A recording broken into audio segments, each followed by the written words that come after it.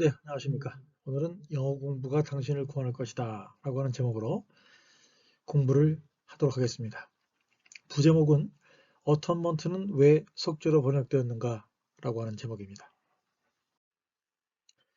네, 오늘의 공부는 영어 어텀먼트의 어원, 원래 의미를 찾아봅니다. 자, 그럼 언제부터 속죄라고 번역됐을까? 이 문제는 이번이 아니고 다음 기회에 살펴보도록 하겠습니다. 자, 원더우드의 영어사전, 한영사전에도 나옵니다. 어톤, 동사죠. 어톤 for, 속하오, 물어주오, 값소. 어톤먼트는 명사로서 속죄하는 것, 속죄함이 이렇게 돼 있죠. 자, 오늘 공부해볼 자료는 조엘 R. 갤러거, 정확하게 발음인지 모르겠어요. 갤러거 교수의 Retrieving at 1 Month in the Old English Soteriological Tradition이라는 아티클의 내용입니다. 자, 구매가 후원입니다. 많은 구매를 부탁드립니다. 하나는 피와 고기의 신학이고요. 플랜터스에서 나왔고, 하나는 기독교 역사적 술 개정판입니다. 그 다음에 사무엘서 열왕기 내러티브 읽기도 있습니다. 많은 구매 부탁드립니다. 네, 여러분들의 정기적인 강의 후원의 손길을 찾습니다. 콘텐츠 제작에 재정적인 후원이 많이 필요합니다. 여러분들이 마음이 생기시면 후원하실 한 달 일구자는 5만원이고 매달 20명의 강의 후원자를 찾습니다. 감사합니다. 계좌는 성김은 국민은행 218 21 0840 964입니다. 감사합니다. 옛날 한 옛날에 어터운먼트, 보통 이제 우리가 속죄로 많이 번역을 하는데요.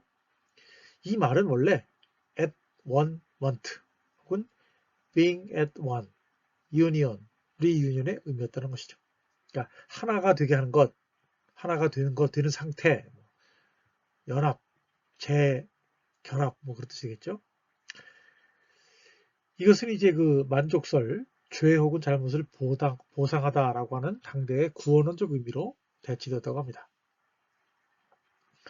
중세 안세무스는 예수의 무죄한 죽음이란 죄가를 갚을 능력이 없는 인간을 대신해서 예수께서 하나님에 대한 배상으로 그 목숨을 내놓은 것이다. 돌아가셨다라고 주장하는 것이죠. 그 전까지는 예수의 희생이 사탄에게 주어진 배상금이라는 설이 주도적이었다고 합니다. 그러니까 희생이 무엇을 위한 희생이었느냐? 그러니까 전통적으로는 사탄에게 주어진 배상금이라는 입장이 있었는데 중세로 넘어오면서 하나님에 대한 배상이다 라고 보는 관점이 생겼다는 겁니다. 자, 그럼 이제 어톤먼트, 보기에도 영어죠. 어톤먼트라고 하는 동사가 당시 영국 사람들의 속죄론을 반영한다고 합니다. 당연한 거 아니겠어요? 번역이라는 게 당시의 입장을 반영하는 것이니까 그렇단 말이죠. 기원에 보면 처음으로 이제 영어 성경을 번역한 윌리엄 틴데일이 성경을 번역하면서 가장 처음으로 이 단어를 사용한 사람이라고 하는 것이죠. 발전변천, 어톤먼트라고 하는 신학 용어가 세월이 흐르면서 그 의미가 어떻게 변해가는가를 살피는 것이 이 논문의 목적입니다. 네. 다시 말하면 이제 현대적 의미와 당시 초창기 의미가 달랐다는 얘기죠. 초창기에 어톤먼트라고 하는 명사형은 주로 make atonement for 라고 해서 이스라엘의 제의적 문맥에서 사용되었다고 합니다. 이 단어는 주로 신약에서 카탈라겐의 번역어로도 사용되었는데요. 이 카탈라겐은 당시 영어에서 atonement나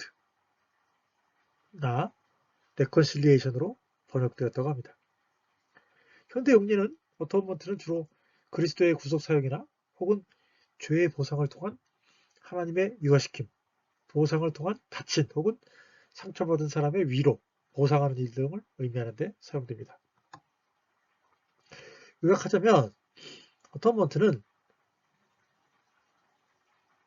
보상적 행위를 의미하며 어턴이라는 동사는 잘못된 행위의 결과를 취소하는 그런 행위의 과정을 수행하는 것을 의미한다고 하는 것입니다. 네, 첫 번째 의미를 살펴볼게요. 윌리엄 틴데일하고 16세기 초의 용례를 살펴보겠습니다. 윌리엄 틴데일이 신약에 주로 어텀먼트를 사용했지만 구약 오경에서 제의적 행위와 죄 용서를 위한 간구를 묘사하는데 더 자주 사용했습니다. 틴데일은 레위기 16장을 The Day of Atonement, 소위 속죄일이라고 하죠. 위클리프는 정화하는 날 혹은 씻는 날이라고 번역을 했습니다. 틴데일의 번역은 그리스도가 행한 일을 의미한다는 게 아니라 그리스도의 행위의 결과와 업적을 관련해서 사용했다고 하는 것입니다. 즉, 그리스도의 죽음과 부활은 어턴먼트를 초래하는 것이다. 즉, 그것은 하나님과 사람을 하나로 만든 것이다 라고 하는 거죠. 구약에서는 제물을 드리는 행위가 하나님과 사람을 하나로 만드는 결과를 초래한다고 보았다는 것입니다. 틴데일과 위클리프의 비교입니다. 어턴먼트의 의미에 대해서. 신약에서 틴데일은 어턴먼트로, 위클리프는 리컨실리에이션, 리컨사일링 그렇게 번역을 했어요. 그래서 틴데일은 어턴 위드 갓으로, 위클리프는 reconciled to God, 다 뭐 화해하다 그런 말이죠. 좋아하다. 틴데일은 구약의 제사에서 죄 용서를 위한 make an atonement라고 번역하지만 위클리프는 그의 죄의 용서를 위하여 기도하다라고 번역합니다. 이러한 차이라고 하면 차이가 인 것이 뭐냐면 불가타역이 그렇게 번역을 한단 말이에요. 그래서 위클리프는 불가타역을 직역한 것이라고 볼 수도 있습니다. 제물드림이 기도다 하는 거죠. 제물드림과 기도를 관련져서 보았다는 거고요. 틴데일은 그래서 어턴먼트를 사용하는 곳에서 위클리프는 제사에서의 기도의 기능을 추가합니다. 하나님과 죄인이 하나 될 수 있는 것은, 하나 될 수 있는 수단은 제단에서 제물을 드리는 것 혹은 기도를 드리는 것이라는 논리입니다. 틴데일이 그래서 어턴먼트라고 하는 것을 사용한 이유는 저자에 따르면 틴데일의 이런 모호한 용어의 차용은 영국 신비주의 기독교 전통에 영향을 받은 것이라고 말합니다. 당대 혹은 그 이전의 중세 영화에서는 어턴먼트가 아니라 원먼트가 사용되었고 이것을 어턴먼트와 대체했던 것입니다.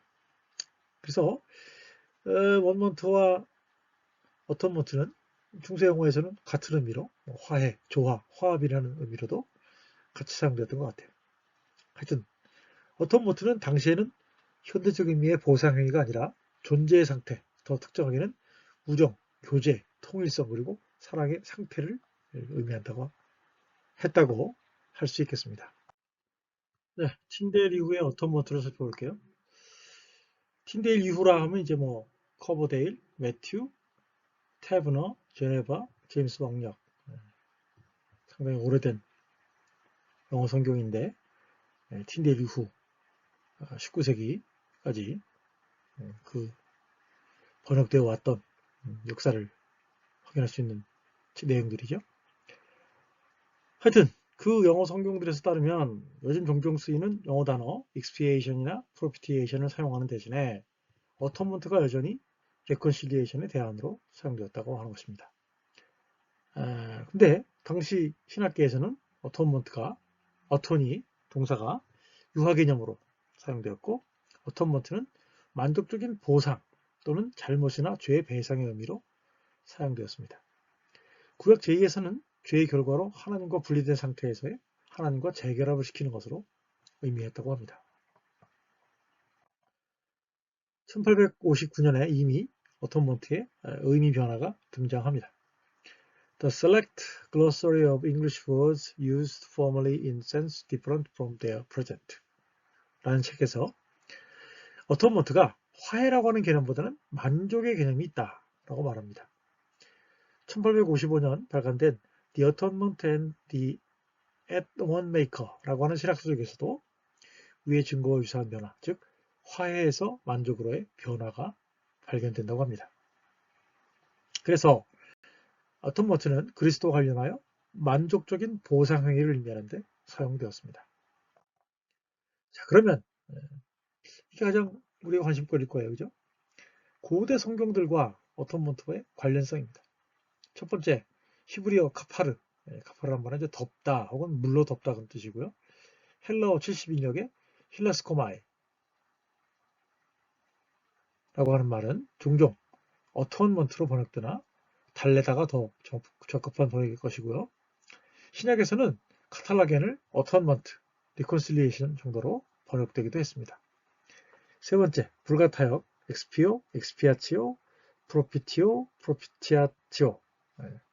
신약에서는 레콘실리오, 레콘실리아치오 등으로 번역되기도 하지만 이 단어들은 그것이 유래한 영어 표현들 expiation, propitiation, reconciliation에 더 적절하다고 저자는 평가내리고 있습니다.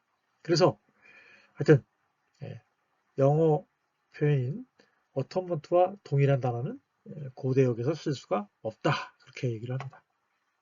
자, 그렇다면 이 단어를 현재를 사는 우리는 어떻게 이해할 것이냐 문제입니다. 영어 성경이 생겨난 이후로 어톤이라는 단어가 성경에서나 혹은 기독교에서 계속 사용되고는 있지만 21세기 지금 우리가 어떤 의미로 그것이 사용되었는지를 알기가 애매하다는 거예요. 문맥이나 그 단어를 사용하고 있는 저자에게 물어보지 않으면 잘 알 수 없는 지경에까지 이르게 되었고요. 또 세속적인 용도와 기독교적인 용도와 구약 제의적 문맥에서도 동일하게 사용되고 있다라고 말할 수는 없는 아주 비참한 현실에 우리가 놓여 있다고 하는 거죠. 네, 참고 문헌은 이렇습니다. 혹시 궁금하신 분들은 한번 찾아보시면 좋을 것 같고요. 하여튼 이거 쉽고 재밌게 콘텐츠를 만들어야 되는데 여전히 재미없는 콘텐츠가 돼서 애청자 여러분들께 죄송하다는 말씀 드리고 싶습니다. 네, 감사합니다. 네, 정기적인 강의 후원의 손길을 찾습니다. 오늘 강의 유익하셨나요? 네, 유익하셨기를 바랍니다. 콘텐츠 제작에 재정적인 후원이 많이 필요합니다. 후원하실 한 달 1계좌는 5만원이며 매달 20명의 강의 후원자를 찾습니다. 감사합니다. 계좌는 성김은 국민은행 218-21-0840-964입니다. 감사합니다.